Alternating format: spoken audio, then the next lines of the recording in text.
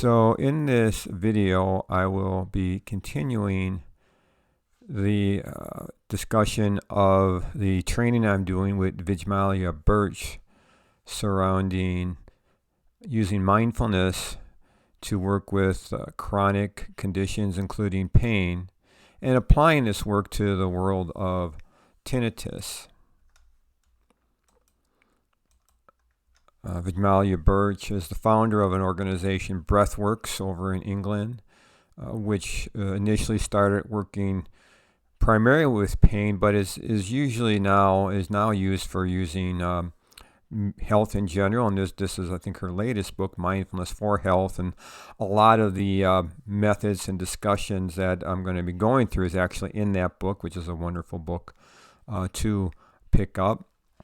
Today I'm going to be talking about an idea called pacing, which she sees as really vital to working with all long-term health conditions and with just generally generating health in general, and discuss a little bit about how this might be useful for tinnitus.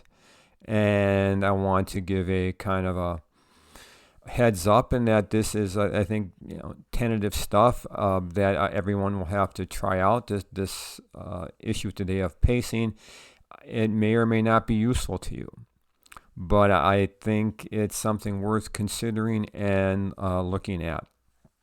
And as always, there will be a corresponding video with each of these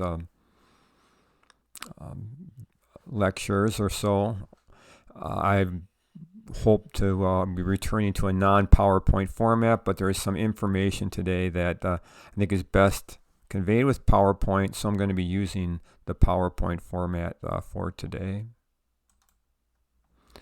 So she, in this notion of pacing, she talks about what she sees as the boom and bust cycle that many of us, especially those with chronic health conditions, fall into. But this is actually something she sees as a general issue for people going through their days, the boom or bust cycle, in which we begin with when we have energy, really working our energy and tending to go into a state of overactivity that essentially, by its very nature, we tire.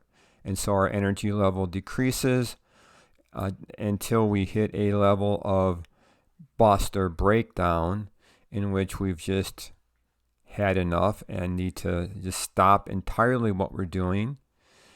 And as we slowly begin to gain our energy, we increase our activity and stress level increases, and we push it too far and go into the boom and fall cycle again, the boom and bust cycle again. So I'll invite you to consider whether this is something that is relevant for you and your tinnitus. This could be something that happens in the course of an hour or the course of a day or the course of a week. And it may be something, or I think it is something, that can happen even outside of our tinnitus and could be relevant for that reason as well, as we'll see, I think, shortly.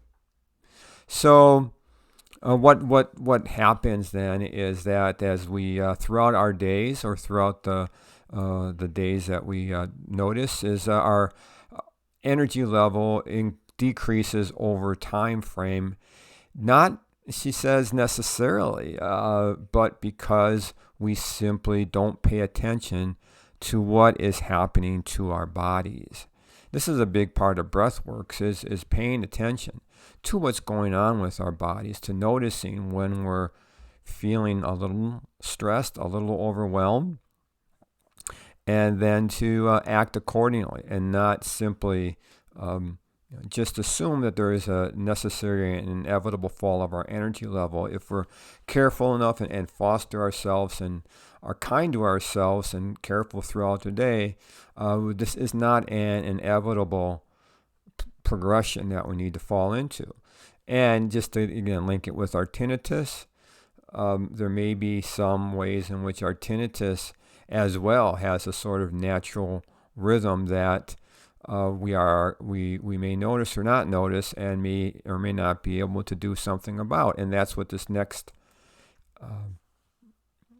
diagram is about, and this really becomes the heart of the notion of pacing, and that is keeping track of our activities over the course of a day, noting a couple of things, not only what we're doing, what our tinnitus level is at after or as a result of our activity, and as well noticing your stress level, and then noting the difference between the any change in your tinnitus level at that time.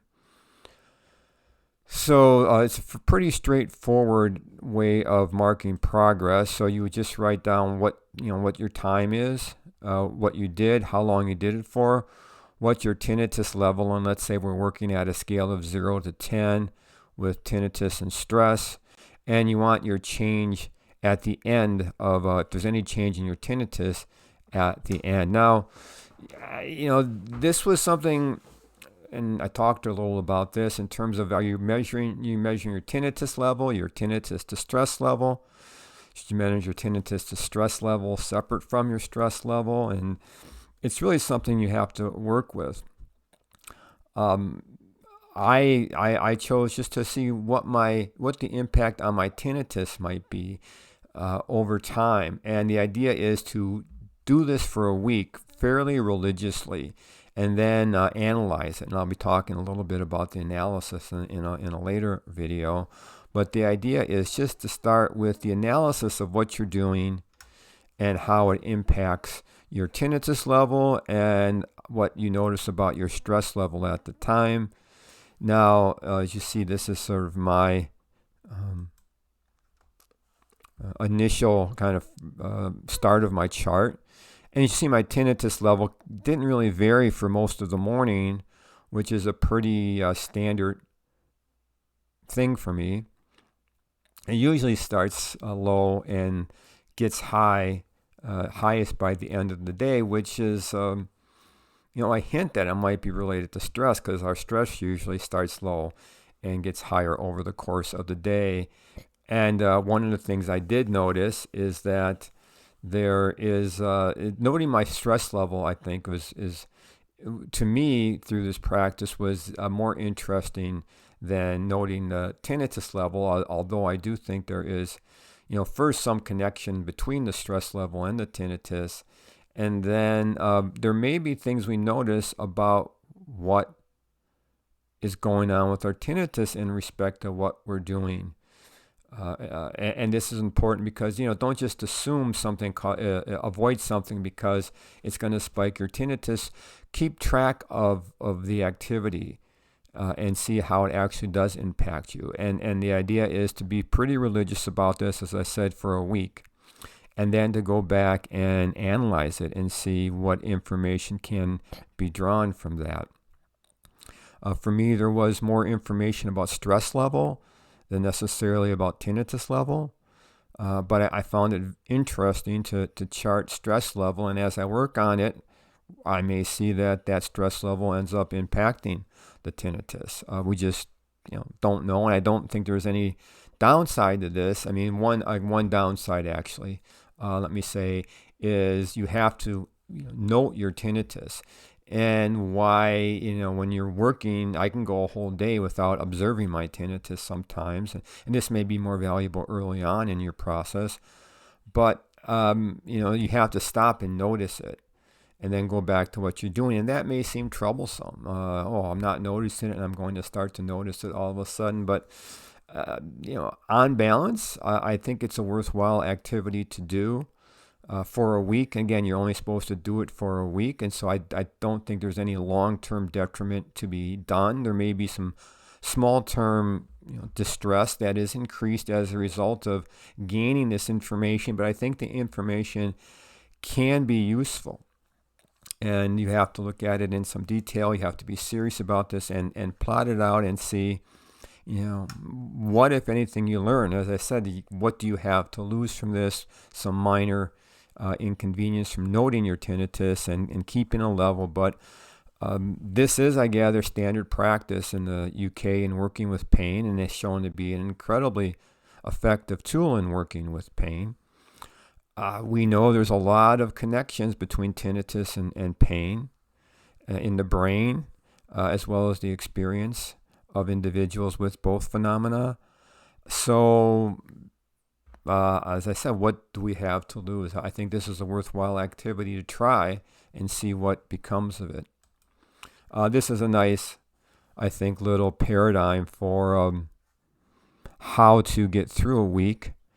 Things to keep in mind as you work your way through your work week or day or whatever you're doing.